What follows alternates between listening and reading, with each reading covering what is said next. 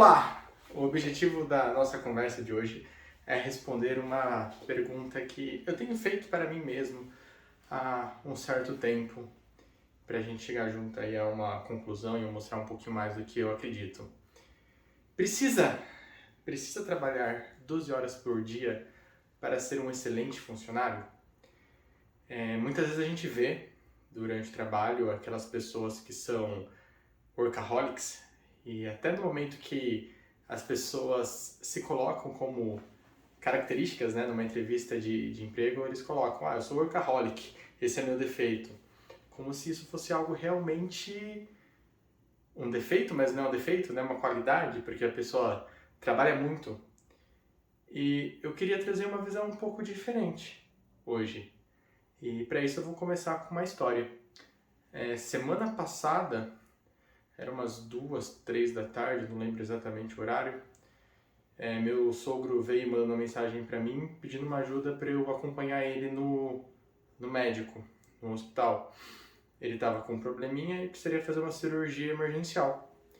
E daí eu simplesmente larguei tudo e fui lá acompanhar ele.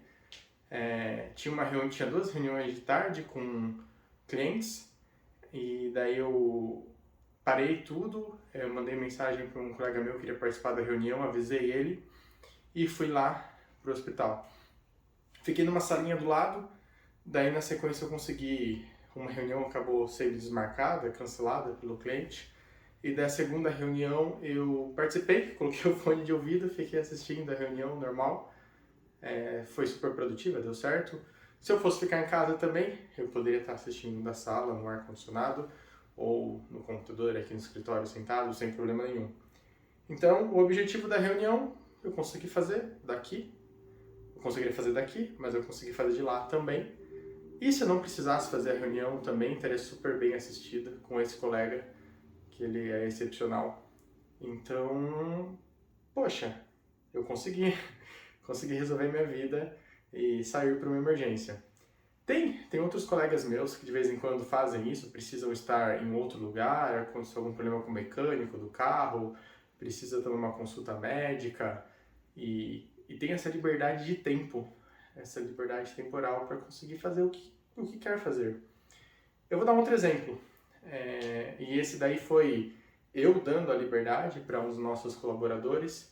Tem um dos nossos colaboradores que a gente está com a meta para fazer 22 robôs em um mês, e são 2 etapas do processo. A primeira é fazer os robôs e depois fazer alguns ajustes nesses robôs. São robôs que pegam dados de nota fiscal, leem a nota fiscal, e de várias cidades, né? No Brasil tem mais de 5.000 cidades aí para ler. E a nossa meta eram 22 prefeituras para a gente ler e fazer esse robô. E esse colaborador, no processo de desenvolvimento, ele fez 15 prefeituras.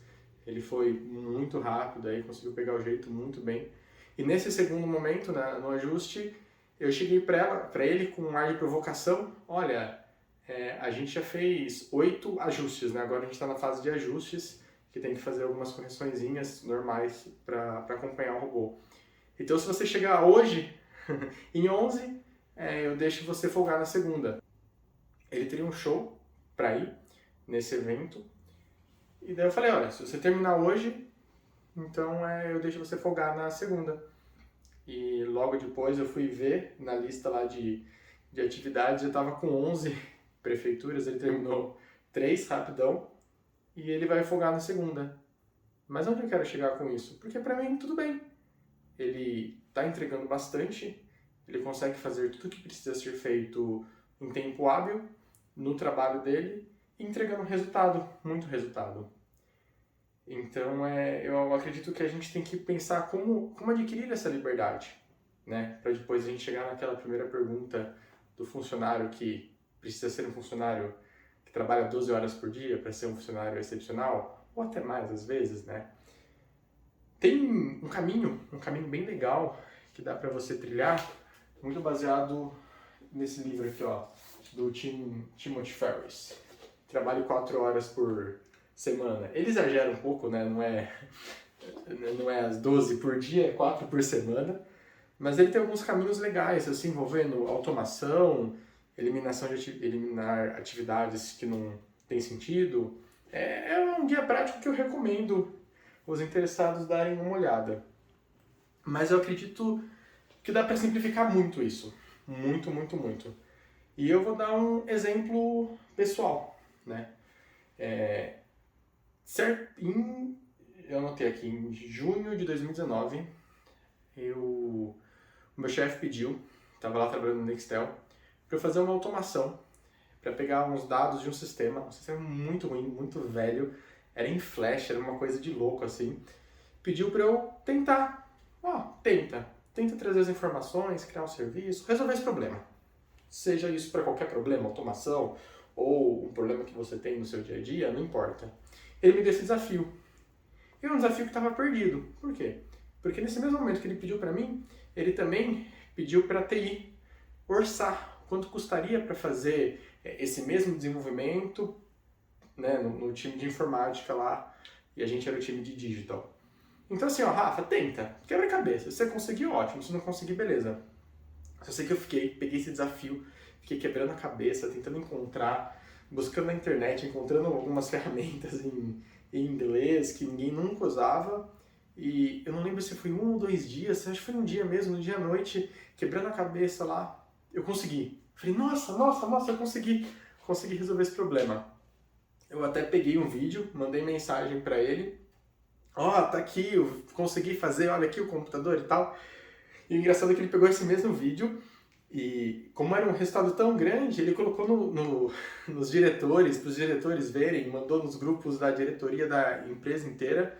Então, até o presidente tinha visto o meu vídeo com a cara amassada, resolvendo o problema desse sistema e consegui resolver. Depois de 4 meses, assim, saiu o orçamento de quanto custaria para a TI, para o outro departamento fazer. Obviamente, são resultados diferentes. O meu é um robô, ele emula a tela, ele pega requisição, ele usa alguns atalhos. O outro seria feito de uma forma um pouquinho diferente. Mas o meu daria um resultado super rápido e ficou pronto em 3 meses atrás, né? 3, 4 meses depois teve o orçamento. E eu lembro que o orçamento que ele pediu para fazer seria mais de 100 mil, 130, 160, não lembro ao certo, uns 3, 4 meses depois, né, do que eu fiz, e ainda demoraria para fazer, eu não sei quanto tempo, mas olha, vai custar mais de 100 mil reais aí para você fazer esse mesmo fluxo aqui. Vocês vão querer ainda? Obviamente que não, porque já estava pronto. O que eu tinha feito, que a gente depois já ajustou, já colocou em produção, já deixou tudo funcionando. Mas onde eu quero chegar com essa história? Que em um dia de serviço, basicamente, com um desafio bem colocado para mim, que meu chefe confiou em mim, eu consegui trazer o resultado de um ano de trabalho. Eu consegui pagar todo o meu ano de trabalho com um dia de serviço. E a partir do momento que a gente consegue fazer isso, dificilmente meu chefe iria me demitir. Eu já tive, sim, feedback negativo no trabalho, já tive aprendizado, já tive muita coisa, mas eu dava resultado. E se a gente dá resultado no trabalho, a gente consegue ter muito mais liberdade. Então, se você é uma pessoa que está entregando o que é esperado e muito mais, e você não trabalha 12 horas por semana, e daí? Você dá o resultado. E se você for comparado com qualquer outra pessoa, mediana, com a média de todas as outras pessoas, se você dá mais resultado, se você dá o dobro de resultado, trabalhando menos, que é muito o que o livro fala, né? E daí? Você está entregando valor, e a empresa quer valor, a empresa quer resultado. Tanto que nesse período eu cresci muito, com a graça de Deus também, e estudando e com a evolução, consegui crescer muito de cargo, porque a gente está focado no resultado. Lá tem uma outra história, né? É em São Paulo, a empresa mora em Campinas, tinha que fazer translado, ida e volta sempre. Então, a partir do momento que eu fui confiando, fui criando essa confiança, na verdade, né, com o meu chefe, eu consegui ter mais liberdade, consegui ficar mais tempo remoto, e isso me ajudou bastante na minha carreira. Mas o ponto que eu quero chegar é, liberdade está muito relacionado ao valor que você entrega, ao resultado que você entrega. Então, para mim, se eu tenho um funcionário que trabalha 12 horas por dia, eu tenho um outro que trabalha 6 horas por dia, e o de 6 horas tem tanto resultado quanto o de 12, para mim é a mesma coisa. É claro que tem um comprometimento, olha, aconteceu alguma coisa crítica, o de 6 horas trabalha menos, né? Ele vai ajudar, ele vai fazer, ele vai estar disposto, ele sabe o que é urgência na companhia. Se ele sabe que é urgência, se ele entende os quesitos, ele traz resultado, ele resolve o problema, para mim é o essencial. Então, para mim, é um mito um funcionário que trabalha 12 horas, né, é ser melhor do que qualquer outro funcionário. Se ele, de fato, traz resultados exponenciais com essas 12 horas, excelente, perfeito. Mas tem um contraponto. Eu não sei se a pessoa realmente, se ela trabalhasse menos, talvez, tem alguns livros que falam isso, talvez teria até mais resultado, ou ela tem que trabalhar mais porque ela não consegue se organizar, porque ela é caótica.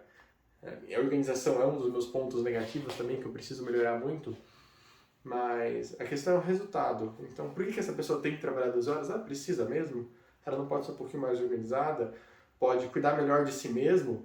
Ir numa academia, espairecer, descansar mais, dormir melhor? Porque com isso ela vai conseguir ter um resultado muito melhor, um trabalho muito melhor, dar atenção para a família, conseguir se cuidar, ir no médico, levar alguém da família no médico e fazer o que precisa ser feito. Então, essa é um pouco da mensagem que eu queria trazer. Tem até um texto, um versículo da Bíblia que eu gosto muito, que é: conhecereis a verdade e a verdade vos libertará. E ele comenta um pouco que Cristo é a verdade e Cristo pode nos libertar. E se a gente pensa nisso, né, no modelo do cristianismo, é um favor imerecido, é algo de graça, é acessível a liberdade para a gente. Mas a liberdade foi dada por Cristo, e Cristo pagou um alto preço na cruz. Então, mesmo essa liberdade que a gente pode adquirir de forma gratuita, foi pago um alto preço, teve um valor muito grande atrelado para a gente conseguir ter essa liberdade. Então, eu acredito muito que não existe atalhos. A liberdade é possível, mas a gente tem que adquirir, e tem que entregar resultado, tem que entregar valor e tem que merecer ela. E é isso aí.